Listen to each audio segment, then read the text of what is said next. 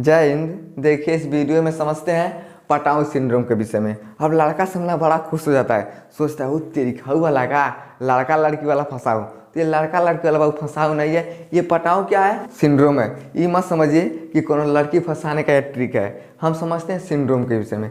चलिए ध्यान समझिए। देखिए एक वैज्ञानिक थे जिनका नाम था के पटाऊ। के पटाऊ ने क्या किया, 1960 ईस्वी में, यानी हमारे शरीर में जो ट्राइसोमिक अवस्था बनता ना, उसके विषय में इन्होंने क्या किया था, अध्ययन किया था। अब इसमें होता क्या है, देखिए जो भी बच्चा पटाऊ सिंड्रोम से ग्रसित होता ना, उसके अंदर बहुत सारा कमी हो जाता। अब समझते हैं कि उसका कमी क्या होता। चलिए ध्यान समझिए। देखिए जो भी बच्चा पटाऊ सिंड्रोम से ग्रसित होगा ना, उसमें कमी होगा। कमी क्या होगा, देखिए वो अल्प बुद्धि का होगा, यानी जो उसका बुद्धि होगा ना, उसके बुद्धि में ज़्यादा विकास नहीं होगा।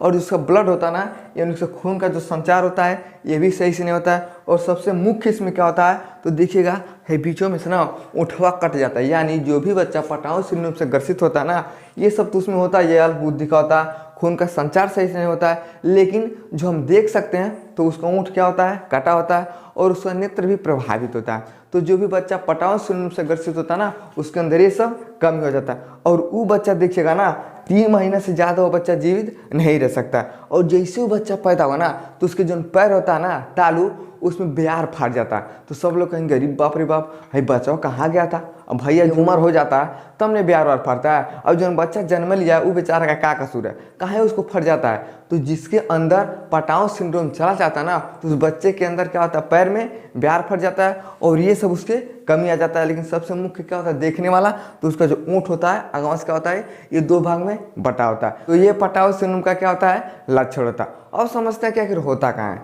तो चलिए ध्यान समझिए। देखिए जब मेल और फीमेल सेक्सुअल रिलेशनशिप बनाते हैं ना, ये उसी की वजह से होता है। यानी हमारे अंदर जो क्रोमोसोम होता है और महिला के अंदर क्रोमोसोम होता है, इसी क्रोमोसोम की वजह से होता है। चलिए ध्यान समझिए। देखिए यहाँ पे समझिए, जहाँ पे आप देखिएगा ना, ये दुइयों को क्रोमोसोम जाएगा। लेकिन जो 13वां नंबर का होता है, इसमें देखिए इससे 3 ठो चला जाता है। क्या होता है, 3 ठो चला जाता है। और यही जब 3 ठो चला जाता है तो रहना चाहिए कितना, 46 होना चाहिए। समझिए कितना होता है, 46 ठो। लेकिन इसमें एक बढ़ जाता है, 2n + 1, तो 46 के जहाँ पे क्या हो जाता है, 47 हो जाता है। और जब यह 47 हो जाता ना, तो ये किस में होता है, तो 13वां नंबर का जो क्रोमोसोम होता है जोड़ी वाला, इसी में बढ़ जाता है। अब ये किसी में हो सकता है, या तो पुरुष के अंदर से जा सकता है, चाहे महिला के अंदर ये हो सकता है। और जैसे ही बढ़ता है ना, तो जो भी बच्चा पैदा होगा, चाहे लड़का होगा चाहे लड़की, तो जो भी बच्चा पैदा होगा तो क्या होगा, ये पटाऊ सिंड्रोम से ग्रसित रहेगा। समझ में आ गया।